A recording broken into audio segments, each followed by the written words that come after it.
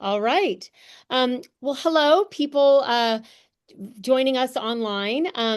Thank you so much for being here. We are really excited to have this panel today on the evolving conflict in Iran. Um, just before I get started and introduce our speakers, I just wanted to make a little announcement. We are going to have a Q&A at the end. So if you have questions you'd like to pose to our panelists, you can use the Q&A. You can enter your questions in the Q&A function in Zoom. So without further ado, I am going to introduce our four speakers today. Um, First, I'd like to introduce Admiral Sandy Winnefeld, who graduated from Georgia Tech with a degree in aerospace engineering and served for 37 years in the U.S. Navy. He flew the F-14 Tomcat, instructed at the Navy Fighter Weapons School, also known as Top Gun, and served as a senior aide to General Colin Powell.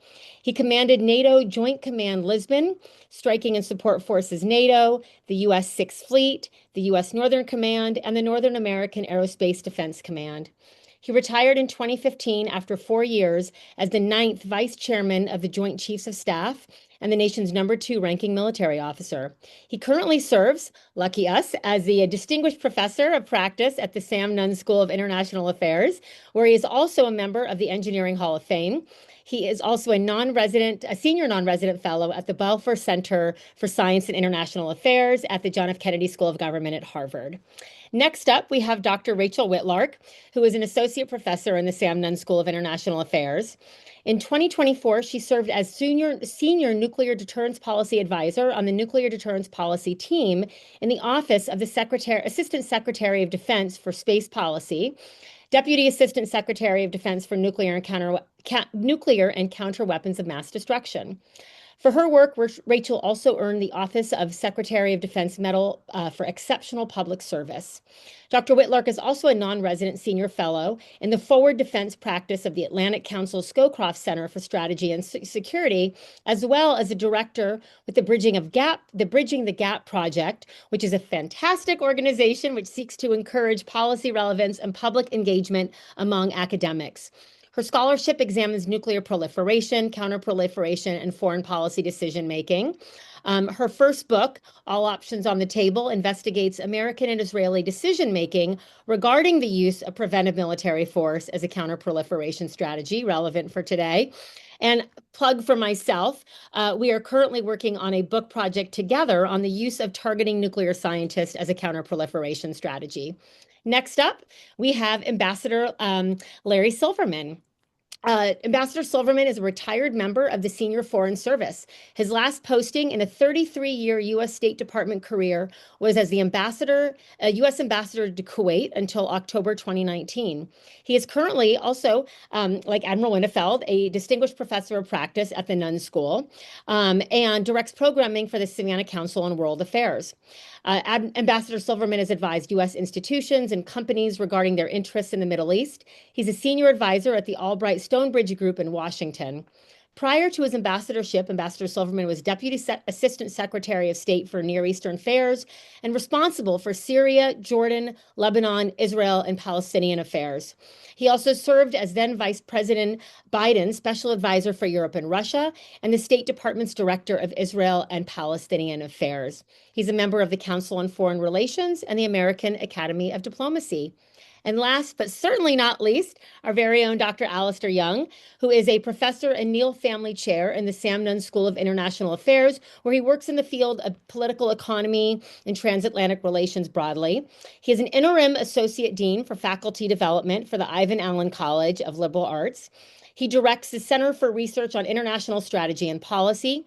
He held a John Monnet Chair from 2012 to 2015 and has received the Ivan Allen College's Distinguished Researcher Award in 2015. From 2015 to 2017, he was chair of the European Union Studies Association. And it's impossible to list the amount of publications Dr. Young has, but he has written 5 books. He's published extensively. I can't even count the number of articles. And he has also performed consultancy work for the US and UK governments and for the European Commission. So we have a stellar panel for you today, and everybody will be looking at the conflict in Iran through a different lens. So I think we're going to get a really multifaceted understanding of what's going on right now. So without further ado, I turn it over to, why don't we just go in order of introductions? So Admiral Winnefeld, why don't you kick us off? And each speaker is going to take about 5 minutes, and then I'm going to pose a bunch of questions. Great. Well, thanks, Jenna. And it's certainly an honor to be with these three distinguished panelists who have such diverse and impressive backgrounds. But so your humble military officer here, who spent probably 1,200 meetings in the White House sit room, so I don't feel too disqualified. But so here we are at a ceasefire moment in the most recent instantiation of conflict with Iran. Plenty of people expected this conflict to only last a couple of weeks. However, past conflicts between the US and Iran, of which there have been many, most recently the attacks on Iran's nuclear program last June, have not directly challenged the survival of Iran's leadership. That all changed when Israel, on the first day of the war, killed the supreme leader, and ever since has been systematically eliminating Iran's leadership. And an authoritarian regime will always fight viciously for its survival. And of course, that's what we've seen. That regime was actually doing so in sort of the normal ways until Israel struck the Iranian portion of the Pars gas field, which caused Iran to escalate against its neighbors and to sort of throttle the Strait of Hormuz. So without sort of falling into the trap of moral equivalency between the Iranian and Ukrainian regimes, which are profoundly different, this war has turned out to be eerily like the one in Ukraine, where a weaker nation is punching above its weight and standing up to a stronger one, two of them, using resilience, technology, and guile. This conflict quickly settled into an exchange of mostly air-launched guided munitions from the U.S.-Israeli side, countered by a steady stream of ballistic missile, cruise missile, and drone attacks from Iran against regional nations. So I think it's worth examining from an apolitical perspective, because that's who I am. It's worth examining the four goals for this war that sort of gradually emerged from the White House. The first one was destroy the Iranian military. Well, the U.S. military has conducted over 12,000 strikes since the war began, not even to mention what Israel has done, which has severely impacted Iran's military. But Iran's ability to continue missile and drone strikes at a steady but reduced pace has also illustrated the limits of air power against a dispersed and resilient opponent. So this is sort of a tactical win, but a strategic loss. The second one was to impose regime change. You remember the first day of the war, the president challenged the Iranian people to overthrow their leadership. And he's claiming that we have, and I quote, complete and total regime change where different, smarter, and less radicalized minds prevail.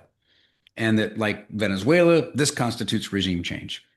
Unfortunately, and I think Larry Silverman will point this out, Iran's successor leaders are actually less reasonable than the previous ones. Hardliners in the Iranian Revolutionary Guard Corps now have more influence and control of Iran's moves than ever before, and they're in no mood and in no position to compromise, which is evidenced by their 10-point proposal. So this I would call a loss. The third one was force Iran to stop supporting its regional proxies. There's no sign that what I love to call the 3H Club, Hezbollah in Lebanon, Hamas in Gaza, and the Houthis in Yemen, has been subdued or pried away from Iran. Hezbollah has acted on Iran's behalf against northern Israel, and the Houthis have targeted Israel using ballistic missiles. They're threatening closure of the Bab el-Mandeb, which would further impact global energy supplies, and I would call this another loss. The last one, and maybe the most important one, and certainly a sticking point right now, is eliminating Iran's ability to produce a nuclear weapon.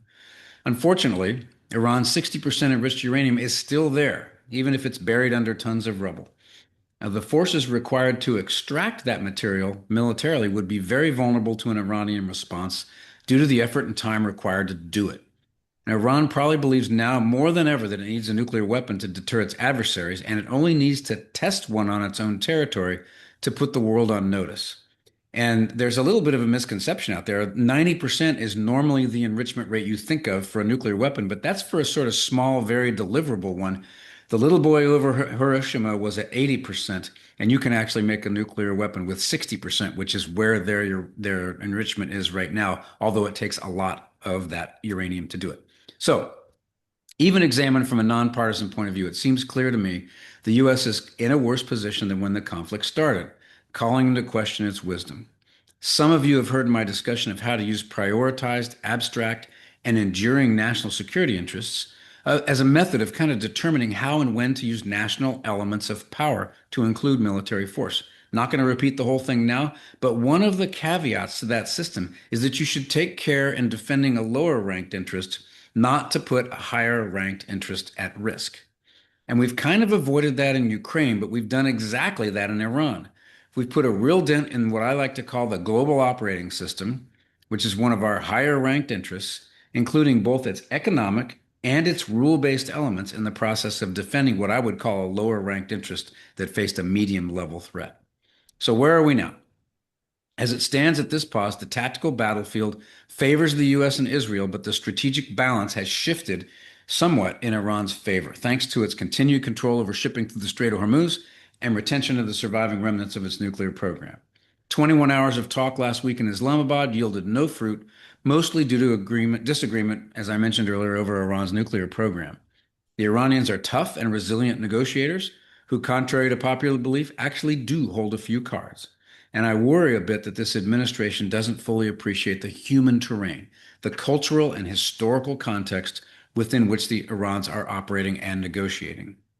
In the wake of that first round, the Trump administration is ramping up the pressure in advance of what looks like a second round, rather than resuming strikes because there's little appetite for doing more of what in the end game was actually not working well. The U.S. is closing the strait, trying to put Iran in an economic box. This may be the only smart thing they've done so far. One might call it putting lipstick on a pig, but the question will be whether the U.S. has enough patience to see this through, as Iran is far more resilient than people give them credit for being. And it remains to be seen what happens a week from today when the ceasefire clock expires. Meanwhile, Vladimir Putin celebrating increased oil revenues, distraction from and diminished weapons support for Ukraine, and a NATO that's weakened by our threats to abandon it.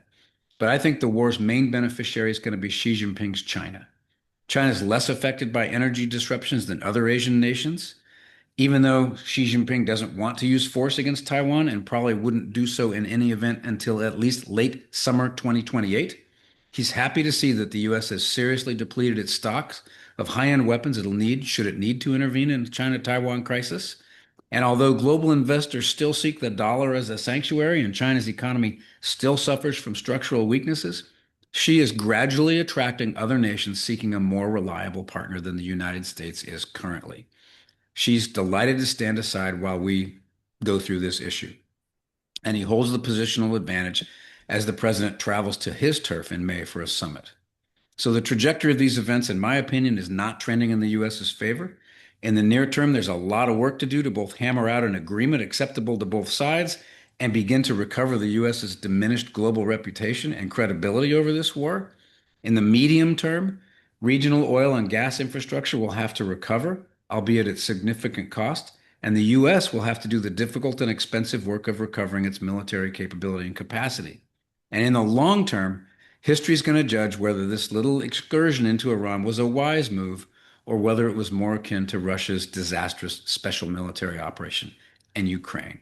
And with that, I will turn it over to Ambassador Silverman.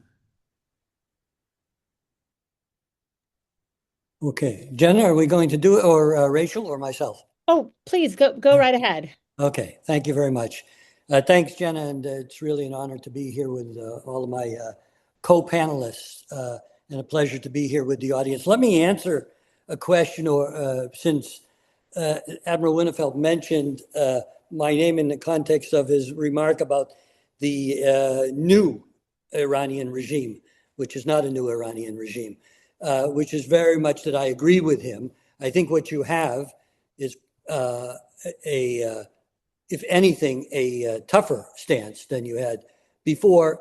And that is simply because of what's happened to them, the damage that they've incurred, suffered, and a greater feeling of fighting for their virtual survival. So I think we, all of the panelists would agree that this is a regime from which it's extremely difficult to get any kind of compromise or concession under the very best of circumstances. And that's even harder now. For example, when the Biden administration came in and talked about the JCPOA plus Let's negotiate something better. And I thought to myself, in government at the time, and then since I left, it's just not politically possible in the United States because, and it wouldn't even matter all that much what tactics the U.S. administration undertook. It was that the Iranian regime would always do something, whether it's enrichment, whether it's attacks on neighbors, whether it's supporting what they call the axis of resistance, Hamas, Hezbollah, and the Houthis. They would always, or acts of terrorism, that it would be impossible to sell and negotiate a JCPOA nuclear agreement plus a broader agreement in the future. And so I just never thought that was a realistic expectation. Let me say something about, I was asked about the regional, to talk a little bit about the regional context. And now, first, for your audience, you don't study maybe individual Gulf states, but we shouldn't take them as a monolith. There's a lot of different opinions here, with Oman and Qatar being, Oman in particular, having more connections to the Iranians, acting as a mediator in the earlier discussions, indirect discussions between the United States and the regime in Tehran that failed. And Qatar as well, acting as a bit of an intermediary, with maybe a little bit more understanding of the Iranian position. But I don't think that that any of the Gulf would be happy, any of the Arab Gulf states would be unhappy if the Iranian regime disappeared. Clearly, that would be their opinion. But I want to stress to all of you, and what makes this conflict now so different is, given their druthers, the Gulf wants to be left alone to diversify their economies, attract foreign investment, do deals with the United States and others over things like artificial intelligence. Just leave us alone. We in the United States do not have vision plans. We have some plans for the Defense Department or otherwise, but all of these countries have Vision 2030, Vision 2035, Vision 2040, in which they've laid out what they want for their countries. And what they want, what they need, they think, is to be left alone without any conflict that would interrupt their economic activity, obviously interrupt any exports of petroleum, but even those that are not exporting petroleum, they don't want to have anything that would repaint, let's say, the region as unstable. In some cases, as you know, they have very active tourism industries that they don't want to disrupt either. So that's really their biggest motivation, and that was their biggest motivation going into this. Now, when are there differences of opinion over whether to strike, the United States strike, and I'm not talking about Israel because Israel is a separate problem for them doing strikes, to weaken the regime may be a good thing. There was at one point, as your audience may know, reports that Mohammed bin Salman, the crown prince, was urging the President Trump for regime change. But the latest reporting from Saudi Arabia is, well, now that we are where we are, let's keep this ceasefire going. We don't want to see a return to the war. And that gets into this, just leave us alone and try to restore stability. This is all about restoring stability, restoring normality. But now the problem is that for these states, they have taken severe hits. If you asked me before the conflict, what would have been the Iranian regime's reaction? Number one is to lash out at U.S. military facilities throughout the region, including the Gulf states. Yes, true. And the other one, of course, would be closing the Strait of Hormuz, and then maybe encouraging the Houthis to close the Bab el-Mandeb, the other exit route for oil exports, more that's going to Europe than to Asia. And that's what they, that's what we would have all expected.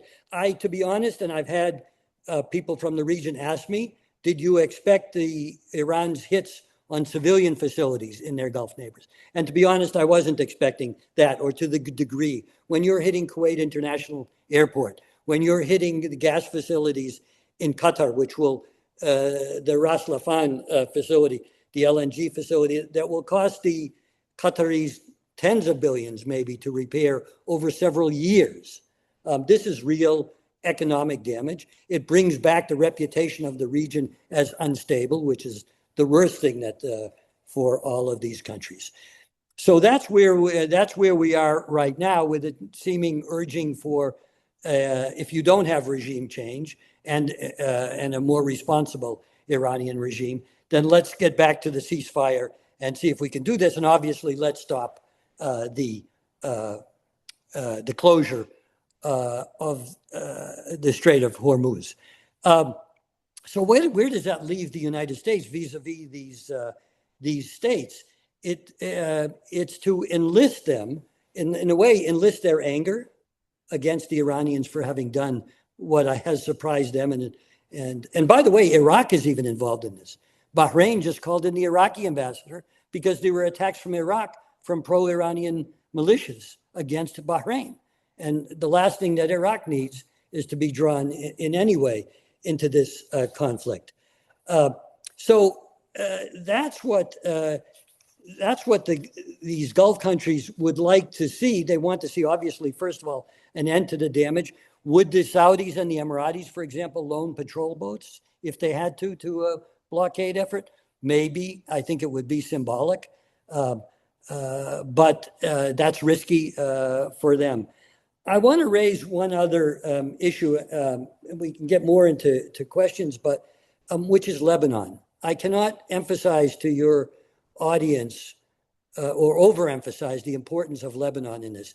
You saw a strange comment from the administration when there seemed to be a difference of opinion about whether Lebanon was included in the ceasefire, between Israel and Lebanon, as well as Israel and Iran, and two different opinions. And the administration said it was a misunderstanding. I don't really understand that, because how could there be a misunderstanding about such a fundamental issue? But in my view,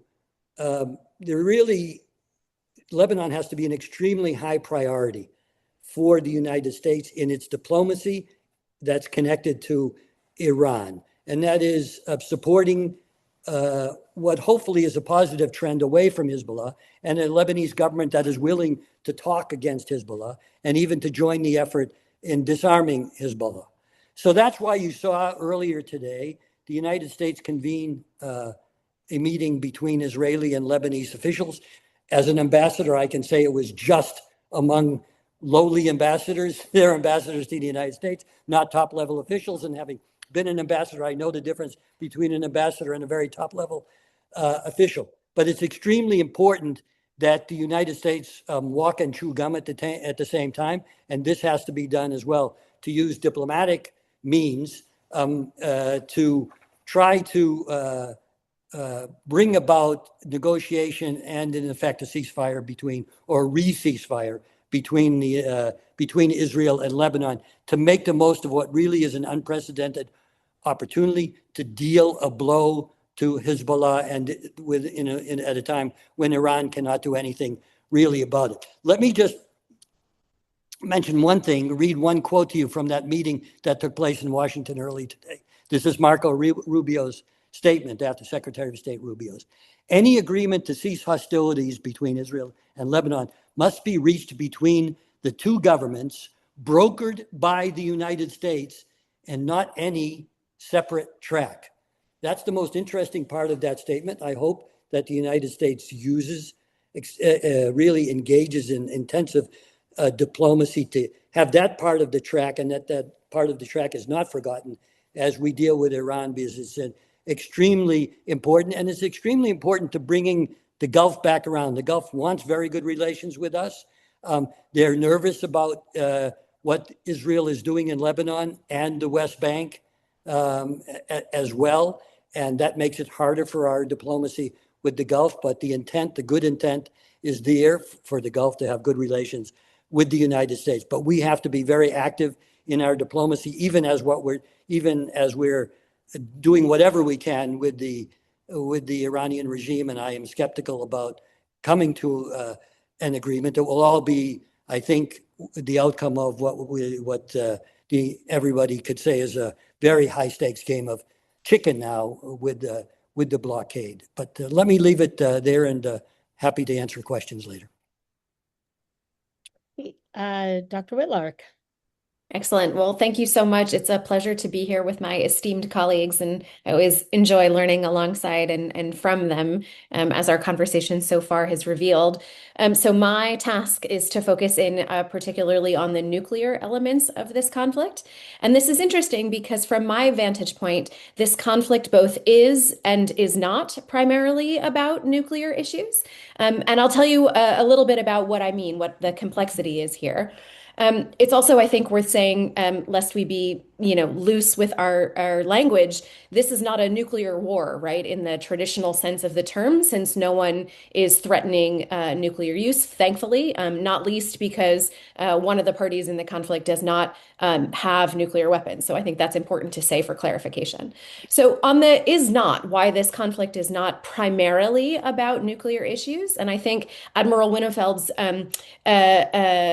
list of the 4 goals that the U.S. has in this conflict, I think, sort of highlights this point that this conflict is centrally about a number of issues, including regional control and proxies, regime change, the Strait of Hormuz, and energy and other related resources and access to those resources, military power, and fundamentally about order and competition in the Middle East. This is a whole host of issues, I think, that are paramount. That said, there are multiple nuclear dimensions to this conflict and the related negotiations. So just to list a couple of them, if we're paying attention, we understand that nuclear issues have shaped some of the military targets of the, I think it was 12,000 plus, Admiral Winnefeld noted, targets that the U.S. has struck, and some of them have been related to the nuclear infrastructure. There are also nuclear, in quotation marks, escalation risks here, not in escalation to nuclear use like we'll see them used in the conflict, but instead that by implication following this conflict, I think one of the potential outcomes is that we might see Iran under this new leadership, same regime, new leadership, choose to race to acquire nuclear weapons. And perhaps most importantly, nuclear issues, as the reporting has made clear over the last day and 2 days, is that nuclear issues have been central to the ongoing bargain that is under consideration between the United States and Iran.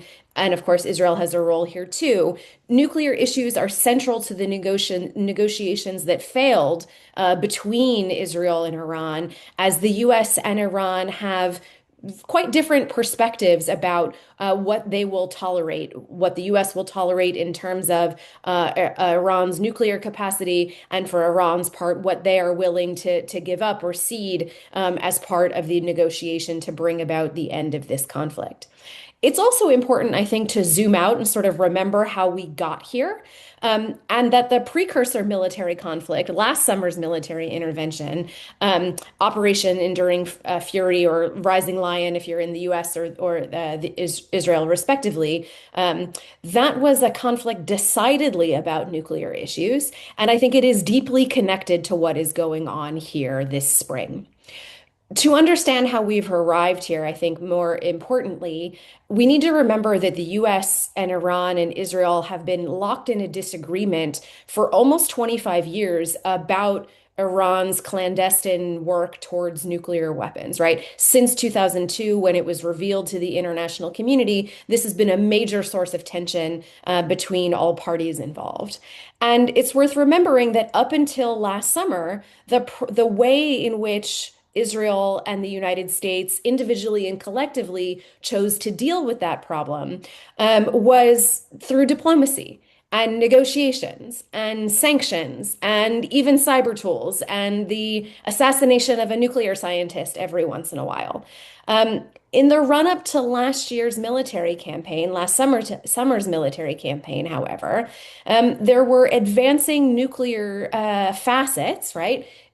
Iran's advancing centrifuge capability, its accumulated highly enriched uranium, which Admiral Winnefeld mentioned, and over time, its decreased cooperation with the International Atomic Energy Agency, which effectively cut the international community off from understanding exactly the state of Iran's nuclear program. And these issues sort of bubbled over, and the counter-proliferation toolkit on which the US and the Israelis had been relying expanded to use direct military force with the 12-day war that we observed last summer. At the end of that campaign, President Trump noted that the US had, in quotation marks, obliterated Iran's nuclear program. And yet, if we fast forward to this spring, on the list of goals, Admiral Winnefeld's, but also the list of things that we're hearing from the administration includes preventing Iran from having the ability to acquire nuclear weapons. And indeed, as I mentioned at the outset, the current campaign, the target set do seem to include enrichment facilities, missile delivery systems, and nuclear-related research sites, perhaps all understood as part of the US's goal of aiming to degrade Iran's latent capacity. Throughout this campaign, it's worth remembering that Iran has reminded observers that bombing can't fully eliminate their nuclear option.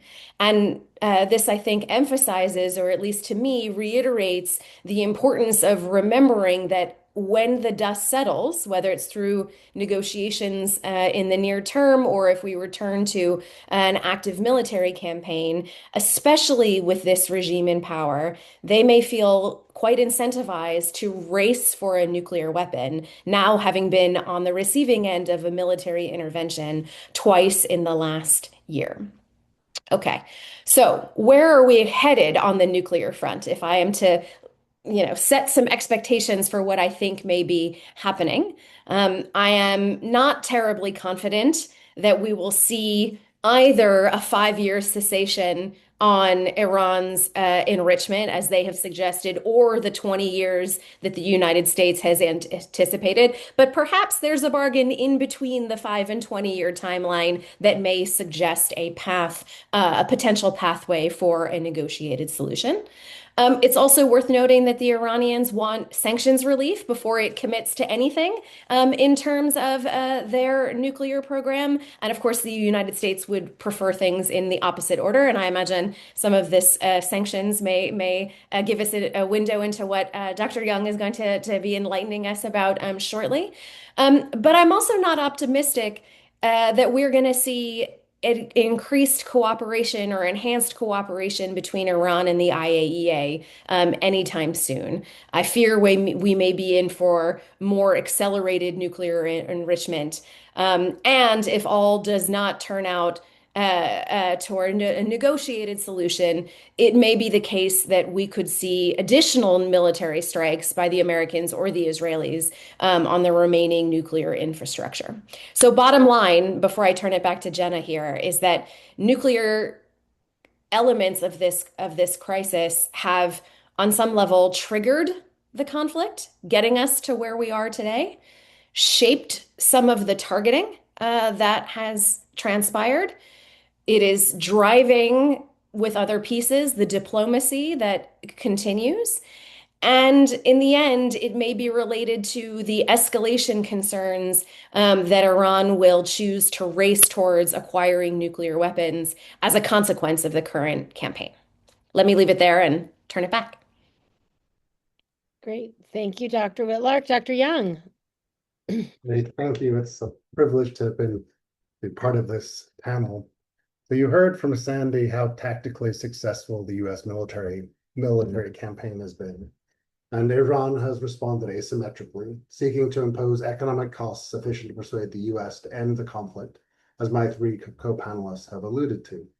My task is to explore those economic consequences.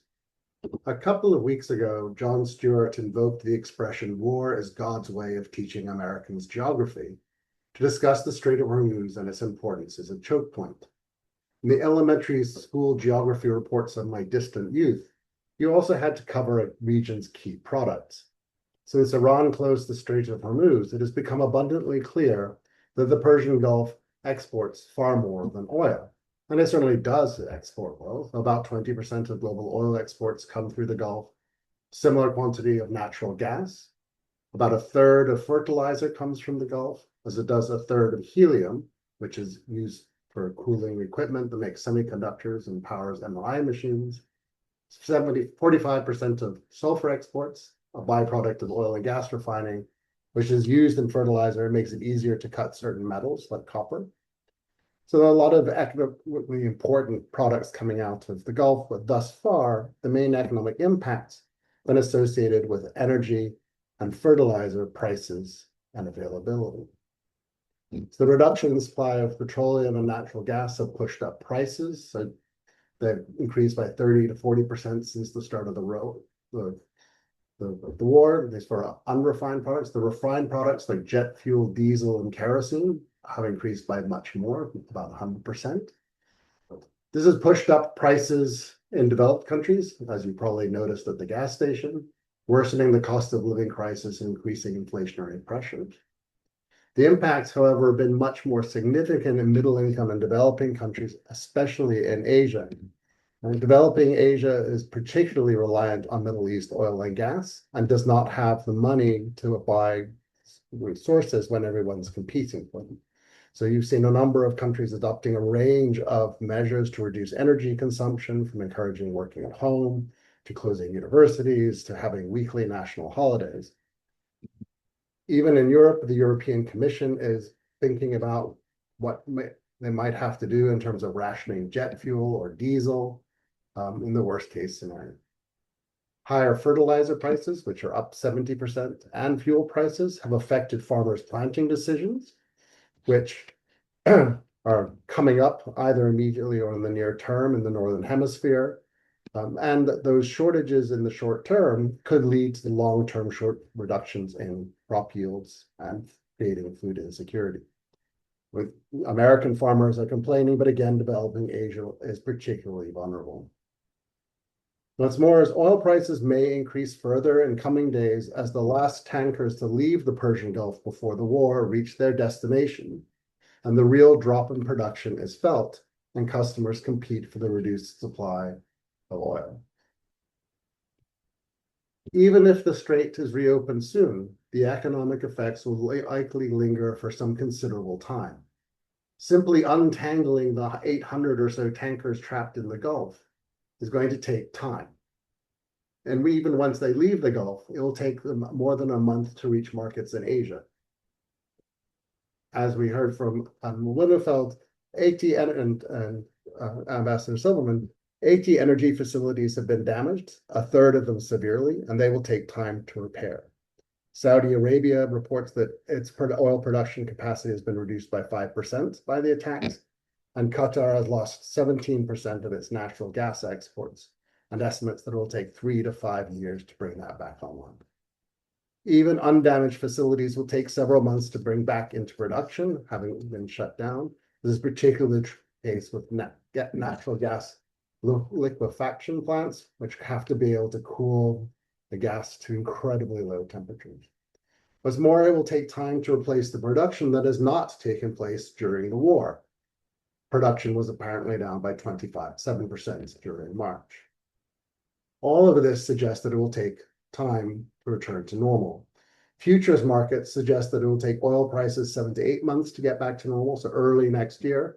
Natural gas prices are not expected to get back to normal until 2027. And that's if the straits reopen now. But that normal is likely to be a new normal, with prices remaining above pre-war levels, even if Iran does not charge its proposed toll, because companies are going to demand a risk premium for traveling into the Gulf, which has been demonstrated to be a dangerous region again. I look forward to your questions, Jenna. All right. Well, I have a million questions I could ask you all, but I'm going to have to make some choices. So, I'm going to start with Admiral Winnefeld. And this is a question about blockades. And so, if the US is effectively initiating a blockade, how do we understand that from a military and operational standpoint? And I think particularly so in a place like the Strait of Hormuz. And really, how escalatory is that step in practice historically? Does it increase US leverage? Or does it risk giving Iran an asymmetric advantage in a domain where disruption might be relatively easy or easier? Yeah, So, it's sort of the question of the day, Jenna, and a really good question. I begin by saying that, they've made a point of calling it a blockade, which is technically an act of war, rather than a quarantine, which is what we called it in the Cuban Missile Crisis, because they wanted to carefully avoid that, insinuation that there was some kind of war going on. So this is a blockade, and uh, it's very interesting to me that heretofore, until the blockade was declared, we were actually allowing Iran to export oil, and we were removing sanctions on that, while Iran was preventing our partners in the Gulf from exporting their oil and gas and petrochemicals. And ostensibly, this was a tough choice because, if you allow Iran to export oil, it's a commodity on the global market, and maybe it won't affect prices so badly. But on the other hand, you're allowing them income that can cause them to do all kinds of nasty things that they've been doing for a while. So the obverse of that is if you shut off all the traffic in the Gulf, you're going to make your own allies irritated, even though they're not able to export too much right now. Anyway, so I would almost say this may be the only smart thing that the administration has done to this point. It's kind of like putting lipstick on a pig, as I said. But the problem with this is it will take a while for the blockade to have an effect on Iran. And Iran is an incredibly resilient nation. And the balance between the impact on the West, the global economy versus the impact on Iran is going to be tough to measure. And do we, as the United States, have the patience to carry this thing through? And even if we did, would it work? So I think this is more in terms of when the first set of negotiations failed, and maybe there was some progress made, but they didn't come up with an agreement after 21 hours. And rather than resuming strikes, because technically there's a ceasefire until a week from today, and do something that isn't really working. The Trump administration decided to try to amp up the economic pressure on Iran, and it may or may not work as a negotiating pressure point. And if there's another negotiation coming up in the next few days, as is rumored, so we're going to see whether this thing sticks. Now, blockades are interesting things. They're not that easy to do. Uh, it's a little easier when it's a narrow strait that you're blockading. It's a little easier when you're blockading big, slow, fat things like oil tankers rather than small, agile things like cigarette boats running drugs. And very few, if any, of these oil tankers are going to contest, a boarding or a diversion or something like that. So it should be relatively easy to do, easier for us than, Iran closing the strait. But it does take its toll on crews, on ships, and that sort of thing. But I think this is going to run its course here fairly soon, because there's going to be intense pressure to don't do this anymore, and we'll see what happens in the next round of negotiations. But it's also, as a one last, it's instructive to sort of learn from this. We've already learned a little bit from sort of blockading sanctioned tankers coming out of Venezuela. There's some real tactical lessons that the Navy and the Marine Corps and our special forces are relearning. And we're going to learn more here. And how does this apply to China and Taiwan should China decide to do a quarantine or a blockade in the future, in that theater? So it's fascinating to watch. thank you so much. Excellent. Yeah, definitely interesting to watch no, for sure. I'm going to go out of order. So I'm going to actually move over to Alasdair, Dr. Young, right now.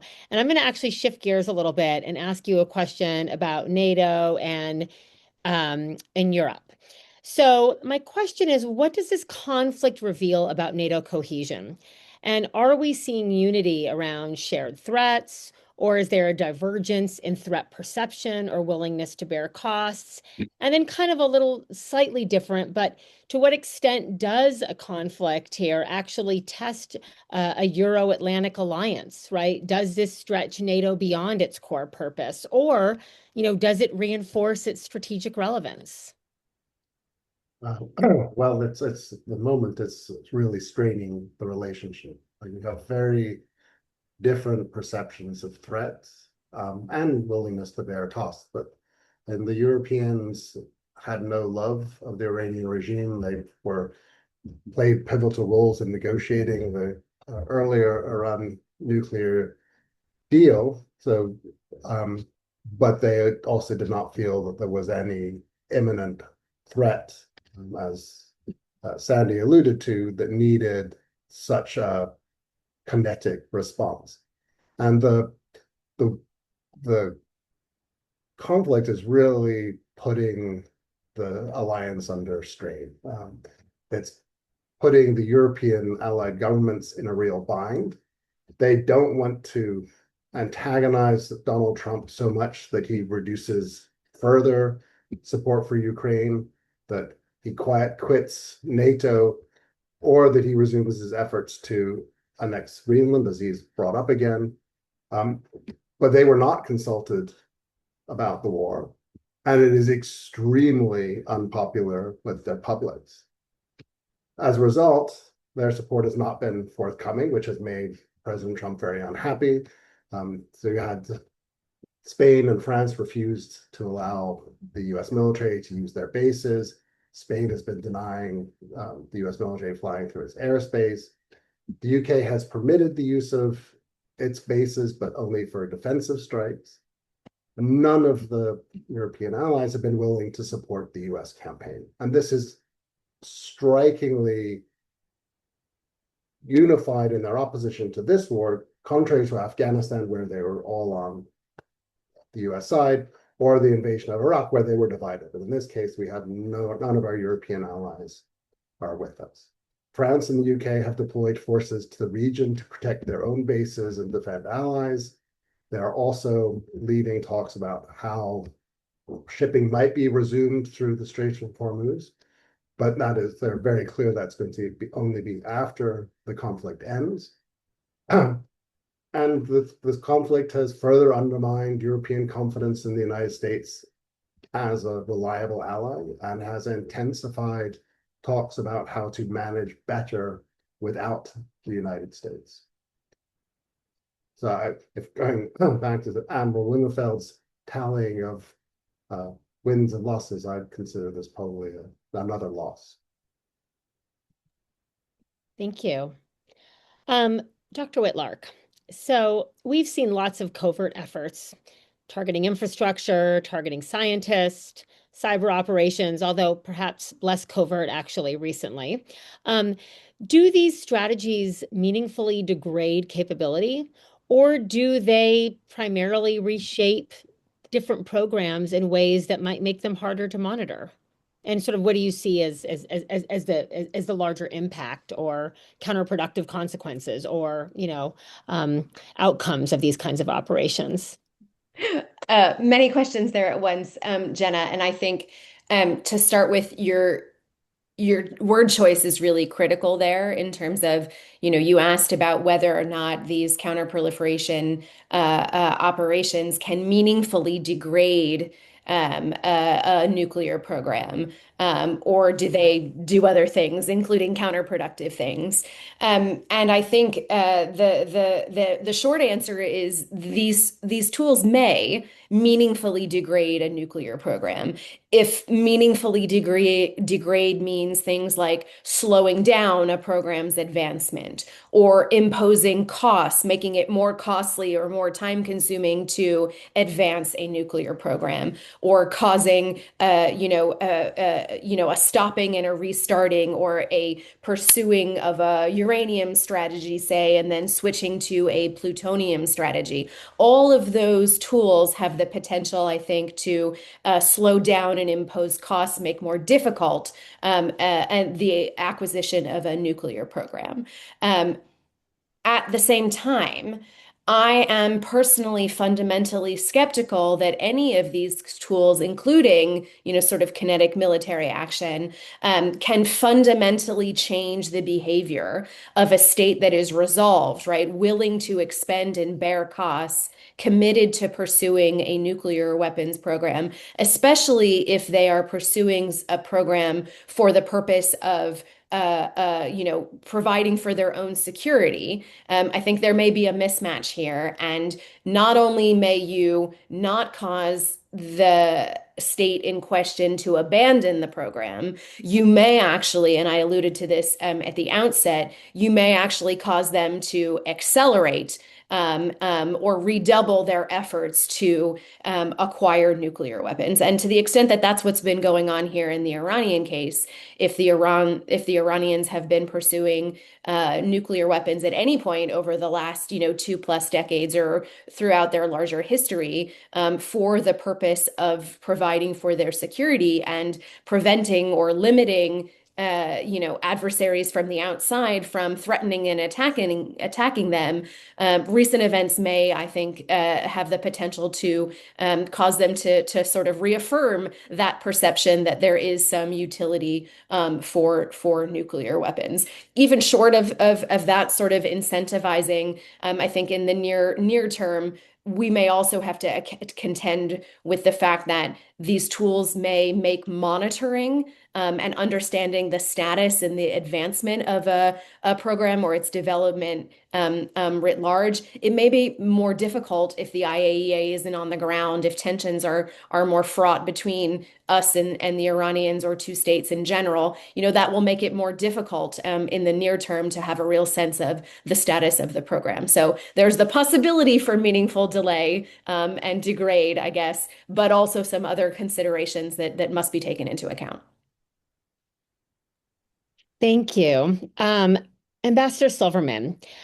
So I have a question about China. And from a diplomatic perspective, do you see does this conflict put China in a relatively stronger position as a mediator, as an economic power partner, or as an alternative power center? And so I guess kind of broadly, how should we understand China's relationship with Iran at the moment? Is it opportunistic? Is it strategic? Is it cautious? Is it something else? Thanks, Jenna. Let me just say one thing with regard to NATO and what Alasdair said, and I will defer obviously to Admiral Winnefeld on what NATO capabilities might actually be important and valuable to a blockade if it continues for a while. But there's a separate component to that. What the Iranians are trying to do is wait us out. Is we have the time. We think your resolve will lessen. We will hit the neighbors because we hope that the neighbors will go crying to the Americans to say, please stop this because, we can't take these strikes from Iran. The UK was going to send a minesweeper, it said. And then the prime minister said, we won't. That's what Iran, what the regime is looking for.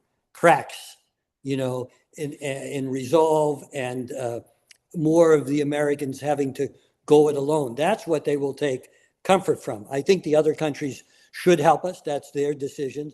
But it also should be actively, if we want to help, we should find ways to get it. On China, 3 years ago, Jenna, people won't remember this. 3 years ago, with a lot of fanfare, China announced the rapprochement that they had brokered between the regime in Tehran and the Gulf Arab states. Now, I don't believe it was their effort. I think the Gulf states said, hey, we want to actually cool it with the Iranians for a little while, at least. So let's give this to China, our friend China, who buys so much of our oil. We want to be friendly. We want to show even the Americans that we have other friends in the region. So let's do this deal. The only problem is that China doesn't like the responsibility of such things. Again, it's kind of we're doing our own thing, whether it's Taiwan or it's our in economic competition with the United States. So they never did anything. They were in charge of that rapprochement, and they never did anything with it. Okay.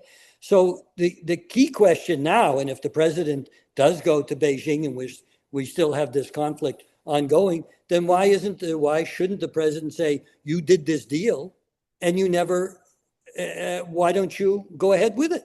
We don't care if you actually help a rapprochement between an Iranian regime and the Gulf Arabs, but that requires your first job is to convince the Iranians to what? Stop blocking international commerce and the right of navigation.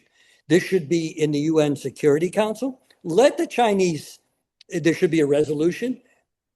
The Emiratis wanted to do this, but I don't know how much encouragement we gave them.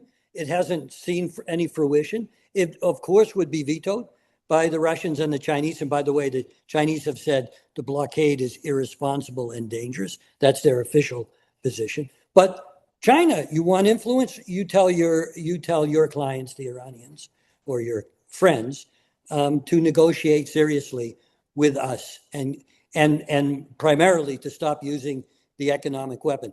That I don't know whether they would be successful, but I don't see any evidence that the Chinese have even sought to exert that kind of influence, if it answers your question.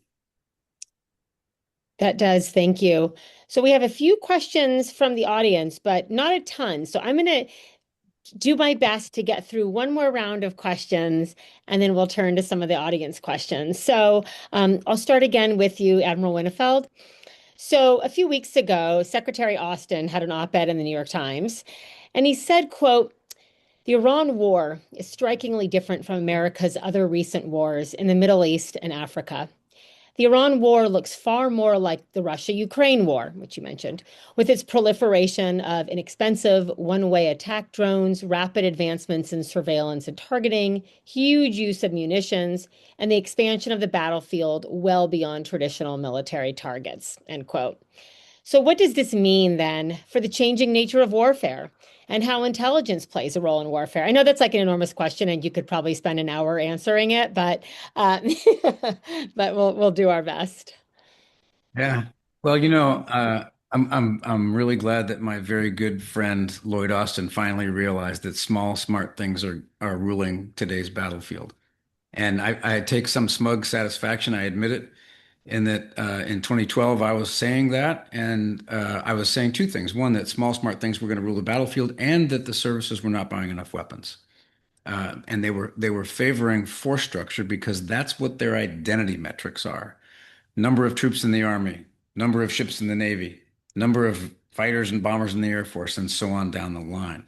And when it came time to sort of sacrifice a little force structure in order to have new things and more weapons, they couldn't jump off that cliff.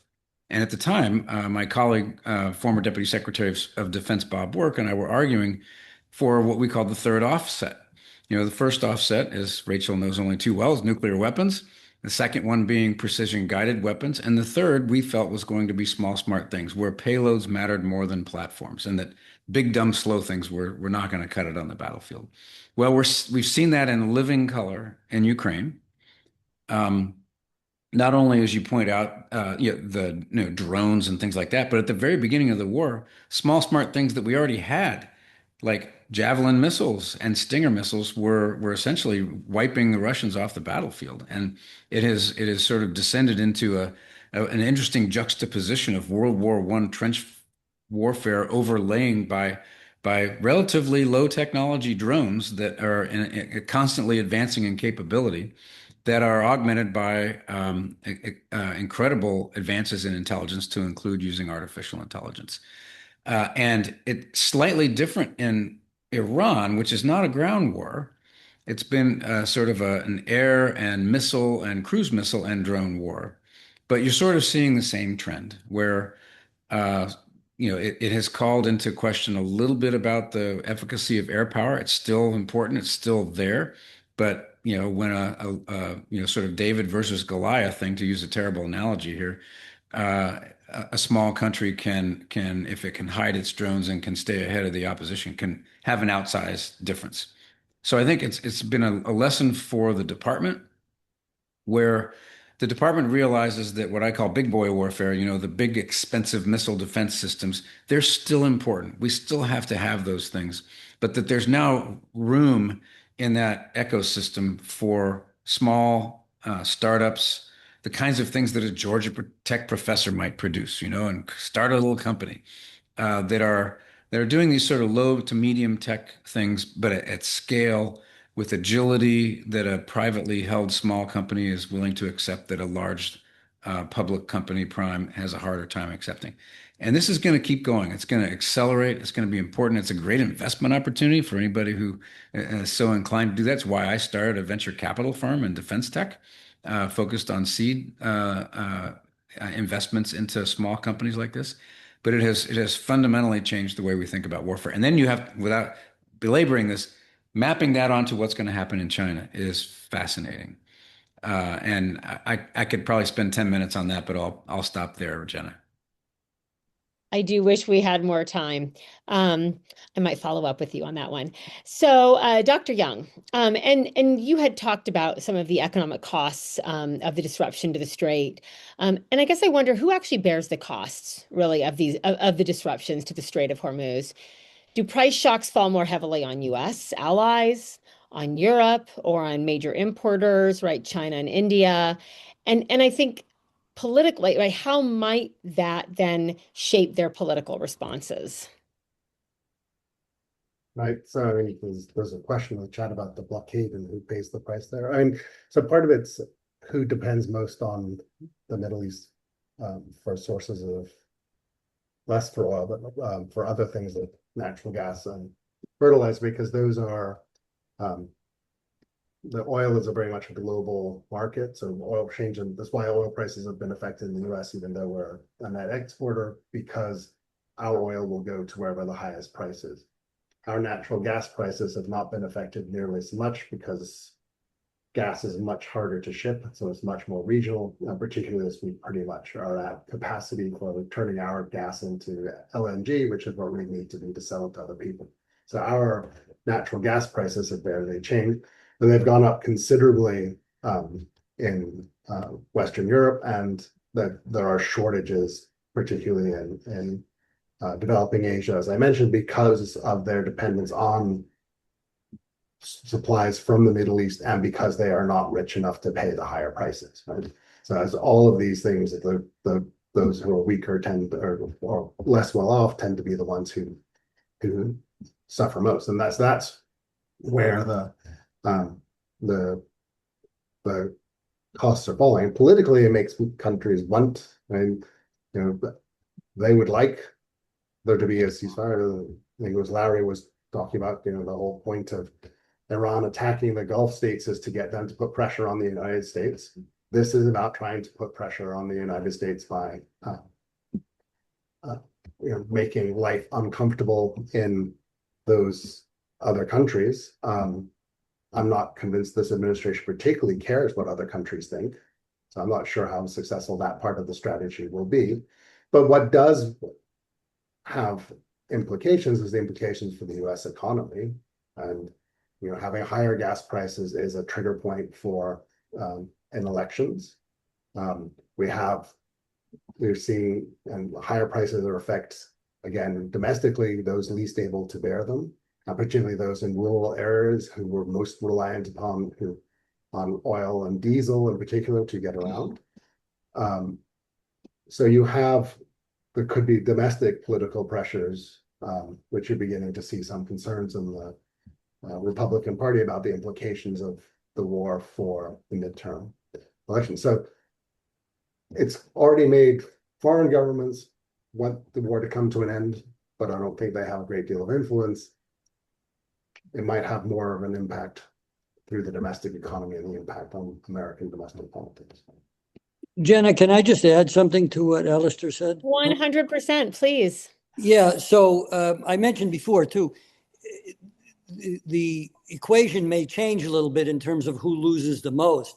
If the Houthis, at the instigation of Iran, try to close the Bab el-Mandeb Straits, which has more of an effect on Europe than Hormuz does Hormuz has more of an effect on Asia. I'm not convinced absolutely, though, that if Iran asked the Houthis to do this, that they would do this. And the Saudis realizing what's at stake here, have made their own overtures, as I understand it. And I think reports of it sound credible to me, that they have reached out to the Houthis to say, don't do this, because there will be consequences for it. I don't know exactly what the messaging is like. I think, but the Saudis realize this as another possibility. But I'm not absolutely convinced that the Houthis would, in essence, salute and do what the Iranians want, which again is a reason why you should build an international coalition that says stopping commercial navigation is unacceptable. I think what I'm going to do now is I have more questions for Dr. Silverman, Dr. Whitlark for our second round, but I think what I'm going to do is turn to the audience questions, and then if we have time, we'll circle back. So I'm going to read off a couple questions, and this is going to be our, final round. Whoever wants to answer the question, go for it. Okay, we'll sort of do it that way. And if you want to, a couple people want to answer it, we can kind of iterate, but we'll try to keep the answers brief so we can get through them all. So the first question, if this war continues, do you think we could actually see regime change? So we're now shifting gears a little bit. Could we actually see regime change in Israel resulting from this crisis, given the widespread geopolitical blowback and public outrage against the initiation of hostilities and the ongoing, activities in Gaza and, perceptions of genocide in the region and the public opinions about all of that? So do you think stability could improve in the region? I know there's a lot to unpack in that question, but I think it's a really important question, and it actually ties in to another question that I was going through, and I'm actually going to throw it in here because I think they're related.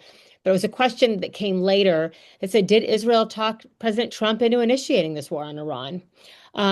So they're slightly different, but they're in the same topic. So I'm going to throw all that out there. I'll just start by saying I think this please. war has been enormously popular in Israel. And it's only burnished Netanyahu's popularity with the population, and he is now considering calling elections early to ride that wave of popularity to another term. And one of the things we have to remember is he really doesn't want to go to jail, and there's a good chance that he'll go to jail if when he leaves office. And so he's playing this one pretty well. But I would defer to Rachel and Ambassador Silverman and Alasdair but I do also have an opinion on the did the president get talked into this? You want to go to that first? I'll have a comment on Israel, but Sandy, you want to go first on the Yeah. It's I have the little history here where when I was the vice chairman of the Joint Chiefs, I was responsible for sort of managing that plan that was executed in June with the big, the MOPS and the B-2s going in there to take out Fordow and the like. And the Israelis really were desperate to try to take out Iran's nuclear program back then. And it's a consistent theme of, well, they're 2 weeks away. Well, they're 1 week away and we must do something. And sometimes they would run an exercise out into the Mediterranean just to kind of rattle the saber. And we would get very nervous about that and go, oh, we don't want this to happen because it's going to upend the Middle East. So one of the things I found myself one day doing is sitting in Ehud Barak's office, giving him the details of that plan so that they would be reassured that we could actually do this, and so they wouldn't do it. And I'll never forget when our discussion was over, he asked me, couldn't you just lend us a couple of B-2s? But the point is that the Israelis have been asking for this for a long time. And it finally happened with this administration. And it's arguable whether it was because this administration just sort of fell for it, or whether there was actual progress being made in the Iranian program that warranted some kind of a reaction. I won't make a judgment on that, but there's certainly a lot of discussion that has been going on for decades over whether the U.S. was going to do this or not, and whether it would back Israel if they started it. Thanks, Sandy. If I could comment on the Israel question and government change, you want us to be short. So the answer, I agree with Admiral Winnefeld. The answer is no. It's not going to lead to change. Absent some catastrophic Iranian attack against Israel, which of course we hope never happens. where he might be seen as not having prepared the nation. But this has been a popular effort. He can say, I've done more to secure Israel. He can make that argument to the population. Although I think there are voices about, let's handle Lebanon again in a different way, so that maybe if there is an opening for negotiation and the Americans want us to do this, it depends how much the U.S. administration really pushes on this for a negotiated solution between Israel and Lebanon. And the other factor, which is unrelated really to Iran, but not entirely, which is you have to compare the prime minister against his opposition. And the prime minister has always done very well against opposition. And if you look at the polling, even now, Likud has its weaknesses, but the opposition has it very much has its weaknesses. So this has been, even the prime minister's critics have said, for example, in general, Gaza, the prime minister had the support of the Israeli people because of the nature of the October 7th attack, which does fill the bill of the definition of the term existential for Israelis. Rachel, did you want to jump? Yeah, Did you want to add a couple of sure, things? just briefly, and I mean, I agree entirely with Sandy and Larry's assessment of fundamentally this doesn't really change the situation for Bibi, who has incredible political abilities to persist despite the changing circumstances. But my sense is that there's a small, maybe what we might describe as war weariness in the Israeli public emerging, in that they have been, fighting since October 7th, excuse me, and multiple fronts. And it seems like a still small portion of the population, but it appears to be growing. So I think that's something to keep an eye on. The other thing I will note is that today is Holocaust Remembrance Day in Israel, or it's tomorrow there already. And in the prime minister's remarks, he, as he often does, spoke about the Holocaust and making sure to never again experience such an experience for Jews and Israelis and the rest, and pointed to the campaign against Iran as, his ability to say, look, what I am doing for the state of Israel, and, more than my predecessors and what have you, this problem that Israel has focused on for decades, and he's really making good on the promise of never again. And so I think that further suggests that he may not be going anywhere anytime soon. Thank you. Terrific questions from our audience to kick things off on the Q&A. So I have another question. In the current Iran campaign, how should we think about the tension between achieving sufficient military degradation of Iran's capabilities and preserving enough of their siege command and control architecture that a coherent actor remains on the other side capable of agreeing to a ceasefire? At what point does the success of the strikes themselves become an obstacle to terminating the conflict? I would simply say that in the wake of the June strikes, and certainly even before that, but definitely in the wake of the June strikes, the Iranians took even more steps to disperse their command and control so that you couldn't, decapitate the regime and cause the war to stop. The outlying commanders and sub-commanders and all that were empowered to do what needed to be done. And they also had designated, 4 or 5 layers of succession, preordained. And so they built in this resiliency. If there's one thing Iranians are, they're resilient as anything. And this is what they built in.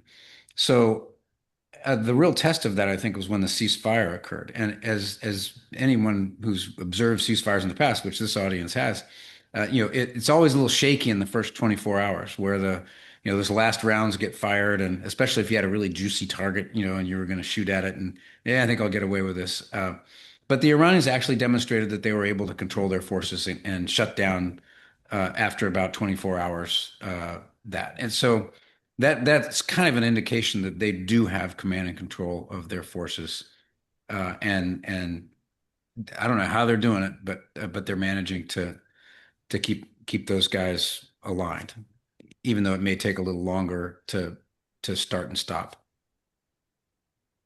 I think it may Any make decision making a little more difficult, but I agree with Admiral Winnefeld that they have adjusted themselves because they realized that they were going to have to adjust to themselves because of as the people targeting them went down the list of leaders and had intelligence on them and could remove them.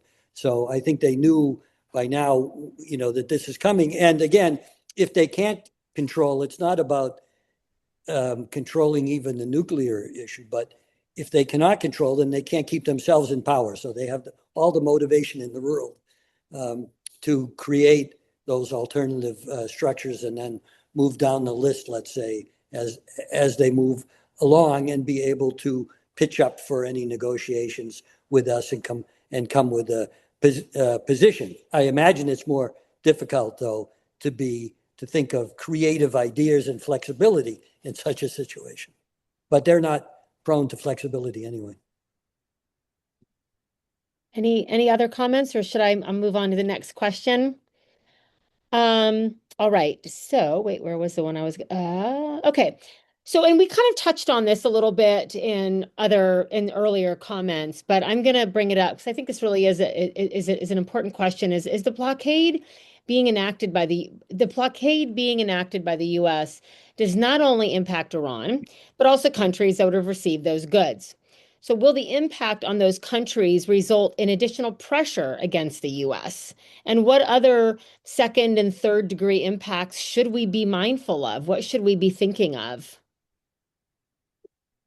I take a first crack at that. I mean, I guess so. The starting point is who's receiving the oil of the shipments and how much of the shipments. So I think it was before we came on air. Ambassador Silverman was saying that 6 vessels got turned back today. Normally 140 go through the straits on a given day. So 6 vessels versus 140 is a rounding error.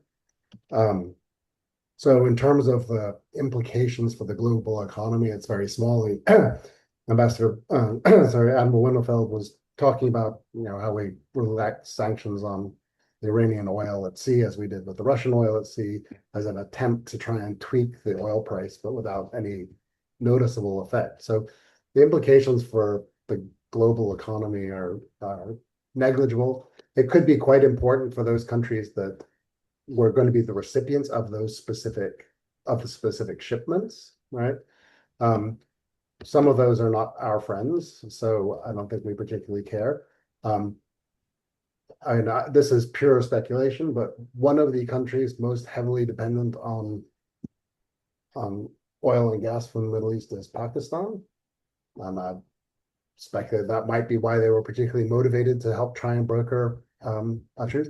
But I don't see that little extra pain point changing changing the overall weighting of the economic costs of the closure of the strait by Iran. Yeah, I would agree with that. I think the thing that I'm really watching is the downstream long-term effects. When the conflict started, there were still tankers on their way to their destinations. And then there was some reserves that people had, and that people are starting to now feel the effects. But all the way down to the effects on agriculture in 6 to 8 months. And I think it's 18% of the U.S. agriculture is dependent on fertilizer that comes from the Gulf. We can survive that probably. It'll be tough for some folks. But, when you look at Asia and some of these people who are utterly dependent and you talk about crop yields, food prices, famine, whatever, we haven't seen the worst of this. And so it's really, as Alasdair points out, it's the big effects that have already happening and are already happening. And this blockade is sort of a tangential thing. I really do think it's just a negotiating ploy. Yeah, I think it's there's a race between the pressure, economic pressure that the blockade can place upon the Iranian regime versus people's capacity in Europe and Asia for higher prices and the pressure they put on their governments. And the other thing is, there's the lag time, and as the Admiral was saying about the effects of inputs on food products and things like that. But there's also all the commodity brokers' speculation about the prices of this, which drives up prices in and of itself. So you start to see that even before maybe you see effects, and it creates political pressures. That's the one advantage that the Iranians have, ironically, despite all the demonstrations against the regime, is that they're not accountable, and we are. And Europe is, and governments in Asia are as well. So that's what the Iranians are obviously banking on. But to me, it just comes down to I don't have a great feel for how much economic pressure will be created by this blockade. It's a very heavy move. I don't know if the regime in Iran expected us to do that or not, especially if we eventually get people to join us. That's the key. And we'll see, I guess, the first reaction maybe even later this week from a renewal of these, I wouldn't call them negotiations at this point still, maybe talks between our side and the Iranian side later on this week as the president is talking about. All right, we are getting close to the witching hour here, but there's a couple more audience questions, and I want to make sure that we get to most of them. So one question is that given that the U.S. Once had a much larger regional military presence and has really long framed Iran's nuclear program as a major threat, and we talked about this a little bit earlier, why this moment? Why does this moment represent a turning point? And what's changed in terms of intent or capability or opportunity? I don't have a Dr. great Whit- answer for that. I don't think a whole lot has changed. Iran's had a nuclear program for a long time. Intelligence might have indicated things that we didn't see, that perhaps they were edging closer and closer and something needed to be done. Um, but I don't know. Rachel, what do you think? So I have a hypothesis, and I'll test it out here, and we'll see how it's received. So to my mind, I think the story starts in October 7th, and I think we have to think broadly about the regional changes that have been underway since that attack and the sort of systematic campaign that the Israelis have taken to really push back against the Iranian regime itself, its capabilities, and its proxies, and the significant degrading, not destroying by any means, but the degrading that occurred against Hamas, against Hezbollah, the leadership, the materials, the supplies, and going after Iranian air defenses and missile defense capabilities, drone capabilities.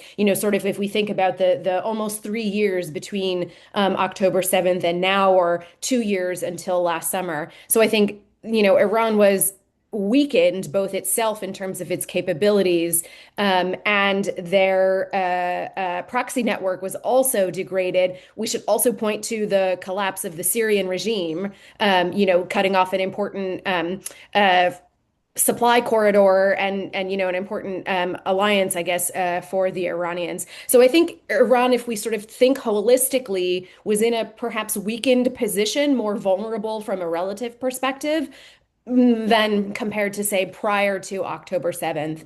And so I think that can help us understand maybe the opportunity that the Israelis and the Americans perceived as perhaps creating a more permissive condition. I mean, I take your point totally that not so much had changed on the nuclear program, although there too there had been, more movement towards, 60 and higher enrichment capacity and more what willingness to push the IAEA out and all of the rest of it. And so I think if we think more broadly about the changing regional circumstances and then the continued Iranian push, maybe to augment and expand their nuclear capacity, I think that might help us at least connect the dots to how we've gotten here. And if I could just comment further on what Rachel just said, I agree. It's maybe a little bit ironic. If you look at the arguments that the previous administration or the Obama administration used for the JCPOA for justifying the agreement was, well, and people who criticize, why did you give them anything to stop the enrichment process? Well, the only thing worse than an Iranian boss of the axis of resistance, Hezbollah, Hamas, the Houthis, is the boss of the axis of resistance with nuclear weapons, when they can even call more shots. And if you look at the current administration, the argument is not very different. If you look at the threat, apart from any question about what changed right now, well, what they're doing with these other groups and how they're able to support them.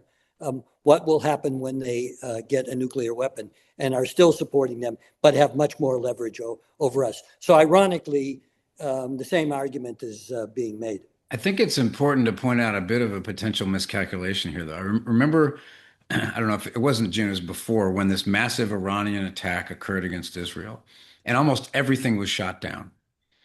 First of all, we had great intelligence and we knew it was coming, and the U.S. positioned a whole bunch of assets, airplanes, ships and all that. And almost nothing Iran did worked. And at the same time, Hamas had been pretty much rolled up and Hezbollah was sort of defeated and the Houthis weren't really being very effective. And everybody was saying at the time, and I'll admit I was one of them, going, well, Iran has played its only cards. They don't have any cards left. Well, heretofore, recently, we have just discovered they had two very important cards. They have three. With the nuclear program was there, but their ability to affect regional infrastructure, energy infrastructure with little drones, and their ability to close the Strait of Hormuz are pretty doggone strong cards, probably stronger cards than Hezbollah, Hamas, and the Houthis ever were. Yeah. So there was a miscalculation there that, okay, they were so weak, they're at a weak moment, we can now go and finish the job. Well, it hasn't turned out that way.